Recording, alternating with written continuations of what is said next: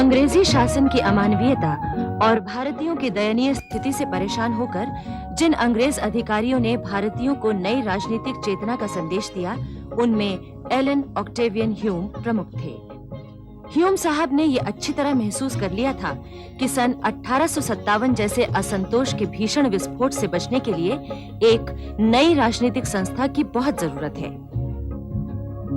उन्होंने उस समय के वायसराय लॉर्ड डफरिन के साथ विचार विमर्श किया। इसके बाद ह्यूम साहब ने भारतीय नेताओं से भी बातचीत की। उन्होंने भारतीय नेताओं को जगाने के उद्देश्य से कहा था, अगर देश के पढ़े लिखे लोगों में से केवल 50 लोग भी सामने नहीं आ सकते, तो भारत के लिए उन्नत जीवन की आशा करना बेकार है। भारतवासी विदेशी हाथों की कठपुतली बने रहेंगे। ह्यूम साहब की इस अपील का बड़ा जोरदार प्रभाव पड़ा। उन्हें लगा कि एक अंग्रेज उन्हें ललकार रहा है और स्वतंत्रता की ओर बढ़ने के लिए कह रहा है। इससे बड़ी बात और क्या हो सकती है। इधर भारतीय नेता अखिल भारतीय कॉन्फ्रेंस की तैयारी में जुट गए। उधर ह्यूम साहब ब्रिटिश पार्लियामेंट के सदस्यों से बातचीत करने लंदन गए। ह्यूम साहब ने अपनी इस संस्था का नाम नेशनल यूनियन रखा और इसका अधिवेशन पूना में होना निश्चित हुआ था। किंतु जब वो 2 दिसंबर 1885 को लंदन से लौटकर बंबई पहुंचे, तो उन्हें मालूम हुआ कि कलकत्ता की इंडियन एसोसिएशन संस्था ने अपना राष्ट्रीय सम्मेलन 25 से 27 दिसंबर तक बुलाया है। तो ह्यूम साहब ने अपनी संस्था का नाम बदलकर नेशनल कांग्रेस कर दिया और इसके प्रथम अधिवेशन की तिथियां भी 28 से 30 दिसंबर 1885 तय कर दी। किंतु पूना में हैजा फैलने के कारण अधिवेशन का स्थान बदलकर बंबई किया गया। बंबई प्रेसिडेंसी एसोसिएशन ने इतने कम समय में भी अधिवेशन कराने की जिम्मेदारी ले ली।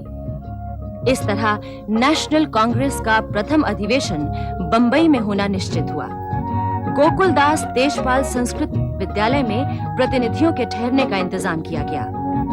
अधिवेशन की सारी तैयारियां हो गईं और सभी प्रतिनिधियों को स्थान परिवर्तन की सूचना तार द्वारा दे दी गई। 28 दिसंबर को शुरू हुए नेशनल कांग्रेस के इस अधिवेशन में उम्मीद तो थी कि करीब 100 लोग भाग लेंगे, लेकिन कुल 72 लोगों ने भाग लिया। इस अधिवेशन के बारे में बंबई स्थित लंदन टाइम्स के संवाददाता ने लिखा था, इसमें मद्रास, लाहौर, बंबई और कलकत्ता तक समूचे भारत का प्रतिनिधित्व हुआ था। संभवतः पहली बार जब से संसार का आरंभ हुआ है, भारत एक राष्ट्र के रूप में यहाँ एकत्रित हुआ था। इस अधिवेशन की एक विशेषता ये थी कि सभी प्रांत के लोग अपनी अपनी परंपरागत वेशभूषा और विशेष पगड़ियों में आए थे। अधिवेशन की 2 बातें और भी खास थीं। एक तो ये कि इसमें सरकारी कर्मचारियों ने भी भाग लिया था और दूसरी ये कि पहली बार देश के विभिन्न भागों के लोग एक ही मंच पर राष्ट्रीय समस्याओं पर विचार करने आए थे। नेशनल कांग्रेस के पहले अधिवेशन की कार्रवाई 28 दिसंबर को दोपहर 12 बजे शुरू हुई थी। सबसे पहले ह्यूम साहब ने बंगाल के प्रसिद्ध बैरिस्टर W.C. बनर्जी का नाम अध्यक्ष पद के लिए प्रस्तुत किया। W.C. बनर्जी बंगाल के प्रसिद्ध बैरिस्टर और राष्ट्रवादी विचारों के समर्थक थे। वे जब नेशनल कांग्रेस के प्रथम अधिवेशन के प्रथम अध्यक्ष की कुर्सी पर बैठे, तो उपस्थित जनसमूह ने उनका जोरदार स्वागत किया। अपने अध्यक्षीय भाषण में W.C. बनर्जी ने कांग्रेस के लक्ष्यों को स्पष्ट करते हुए कहा था, भारत के हित के लिए इंग्लैंड ने बहुत कुछ किया है। इसके लिए पूरा देश इंग्लैंड का आभारी है।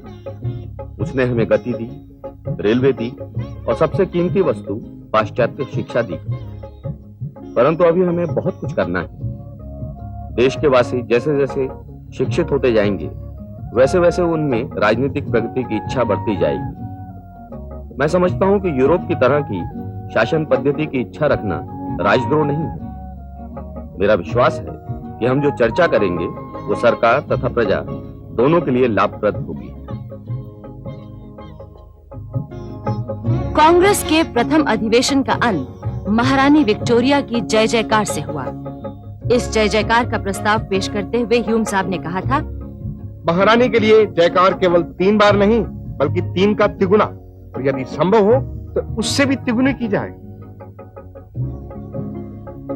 इस अधिवेशन और कांग्रेस के जन्म के बारे में हालांकि कहा गया था कि कांग्रेस कट्टर राजभक्त संस्था है और इसे विद्रोहियों का अड्डा न समझा जाए, किंतु साथ ही ये भी स्वीकार किया गया कि कांग्रेस का जन्म भारत के राजनीतिक इतिहास में एक अभूतपूर्व घटना थी। इसने एक नव युग के आगमन की घोषणा की, राष्ट्रीय एकता के युग की घोषणा की, जो ऊपर से लादी नहीं गई थी बल्कि जनता के संकल्प की अभिव्यक्ति थी।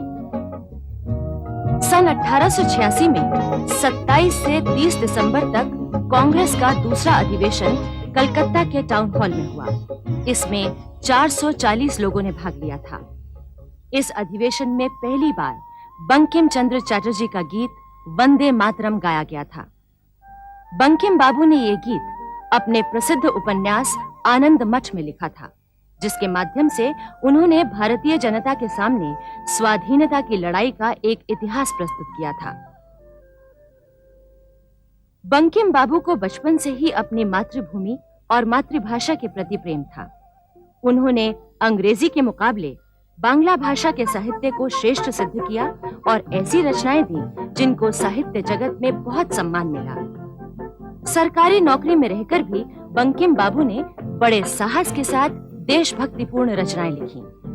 उन्होंने बंग दर्शन नामक एक साहित्यिक पत्र भी प्रकाशित किया। उन्हें आधुनिक बांग्ला का जनक कहा जाता है। उनका गीत वंदे मातरम स्वाधीनता संग्राम में राष्ट्रीयता का संचार करने वाला सिद्ध हुआ और वंदे मातरम का घोष स्वतंत्रता सेनानियों के लिए प्राण मंत्र बन गया। कलकत्ता अधिवेशन में 25 वर्षीय युवक रविंद्रनाथ ठाकुर ने बंकिम बाबू के गीत वंदे मातरम को अपनी ही निर्मित धुन में गाया था। कलकत्ता अधिवेशन के अध्यक्ष थे दादा भाई नौरोजी। एक पारसी परिवार में जन्मे दादा भाई नौरोजी बचपन से ही बड़े प्रतिभाशाली छात्र थे। उनके अध्यापक उन्हें भारत की आशा कहा करते थे। शिक्षा प्राप्त करते ही दादा भाई गणित के प्रोफेसर बन गए और तभी से राजनीति में भाग लेने लगे थे।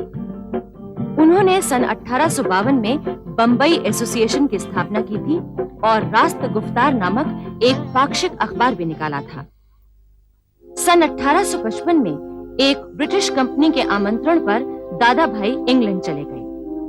वहां उन्हें इंग्लैंड और भारत की सामाजिक, आर्थिक और राजनीतिक स्थिति की तुलना करने का अवसर मिला।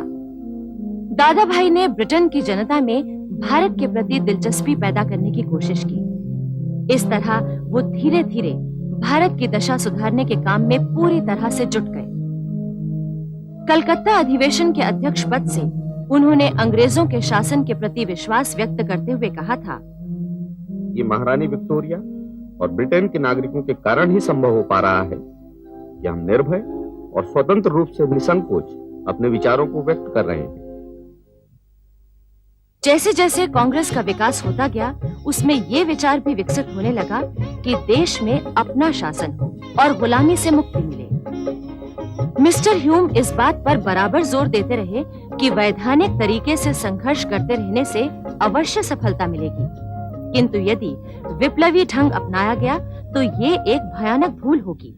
कांग्रेस का तीसरा अधिवेशन सन 1887 में मद्रास में हुआ। इसकी अध्यक्षता बद्रुद्दीन तैयब जी ने की थी। तैयब जी भारतीय स्वतंत्रता संग्राम के नवयुग की नींव डालने वालों में से एक थे। उन्होंने इंग्लैंड से बैरिस्ट्री पास की थी। इंग्लैंड में ही वो दादा भाई नौरोजी के संपर्क में आए और तभी से वो राजनीति में दिलचस्पी लेने लगे थे। भारत लौटकर वो बंबई हाई कोर्ट में वकालत करने लगे थे और इसके साथ ही उन्होंने राष्ट्रीय भावना का प्रचार भी शुरू किया था। कांग्रेस का पहला अधिवेशन, जिसे बॉम्बे प्रेसिडेंसी एसोसिएशन ने आयोजित किया था, उसके अध्यक्ष बद्रुद्दीन तैयब जी ही थे। अपने अध्यक्षीय भाषण में तैयब जी ने देश के मुसलमानों को आवाज दी थी कि वे अन्य धर्म व जाति वालों की तरह देशवासियों के हित में काम करने के लिए आगे आएं। कांग्रेस का चौथा अधिवेशन इलाहाबाद में सन 1888 में हुआ। इसमें 1248 लोगों ने भाग लिया। इस अधिवेशन के अध्यक्ष थे स्कॉटलैंड वासी जॉर्ज यूल। इस समय तक जिस जनचेतना का उदय हो चुका था, उससे अंग्रेज शासक और स्वयं मिस्टर ह्यूम को डर था कि ये कहीं उग्र रूप धारण न कर ले। कांग्रेस का 5वां अधिवेशन सन 1889 में बंबई में विलियम बेडनबर्ग की अध्यक्षता में हुआ। वो बड़े उत्साही और कर्मठ व्यक्ति थे।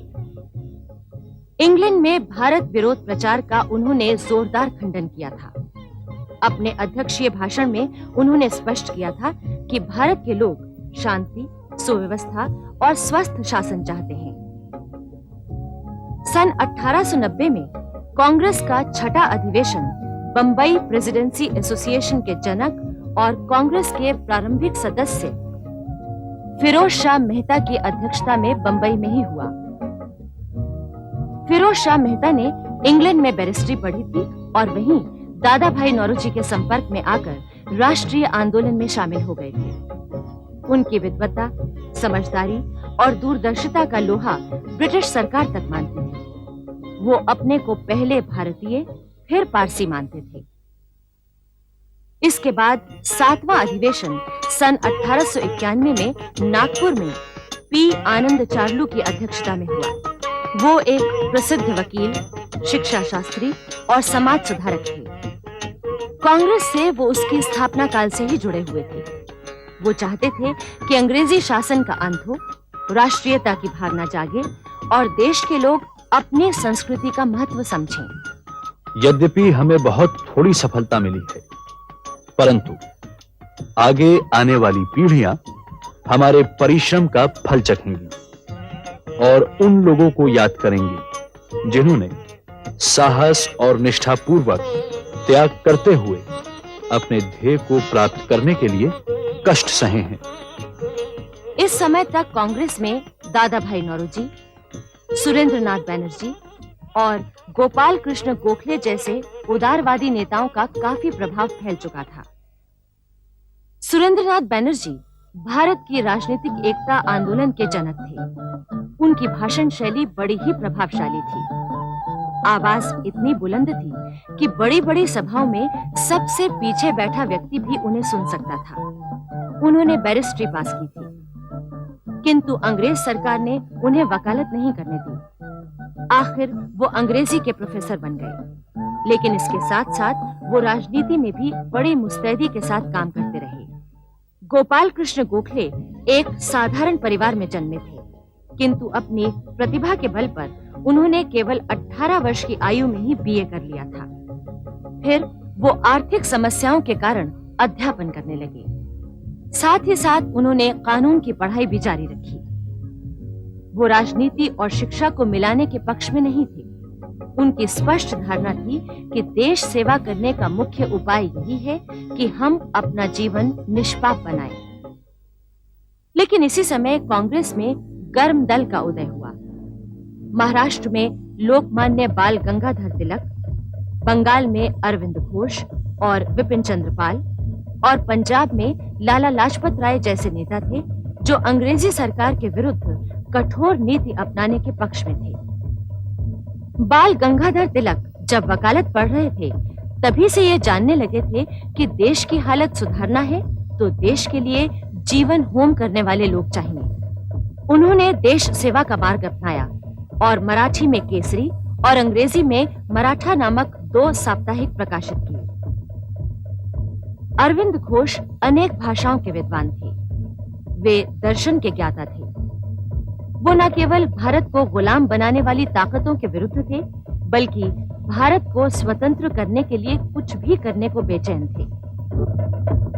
उन्होंने बंकिम चंद्र चटर्जी के गीत वंदे मातरम को प्रेरणा का महान स्रोत माना था। वंदे मातरम से उन्होंने 3 बातें सीखी थी: बलिदान और निष्ठा, आत्मानुशासन और संगठन, देशभक्ति का धर्म। विपिन चंद्र पाल अपने सिद्धांत के पक्के थे। उनके विचार क्रांतिकारी थे और वो ब्रिटिश सरकार के विरुद्ध कार्य करते रहे। उनके भाषणों और लेखों का बड़ा जबरदस्त प्रभाव होता था। लाला लाजपत राय ने नवयुवकों में स्वदेश भक्ति का बीजारोपण किया था। लाला जी पर विद्यार्थी जीवन में ही आर्य समाज के संस्कार पड़ चुके थे। वकील बनने के बाद उन्होंने आर्य समाज का प्रचार किया और इसके साथ ही जागी राजनीतिक चेतना, जिसकी प्रेरणा से उन्होंने भारत के नवयुवकों से कहा कि अपनी मातृभूमि की सेवा के लिए आगे आओ। इस तरह गरम दल के नेताओं ने कठोर नीतियां अपनाने पर जोर दिया, जबकि दूसरी ओर उदारवादी नेता अपने ही रास्ते पर चलने की प्रेरणा देते रहे। ये भारतीय राजनीति का एक ऐसा मोड़ था जिसने स्वतंत्रता आंदोलन को नई गति, नई दिशा दी।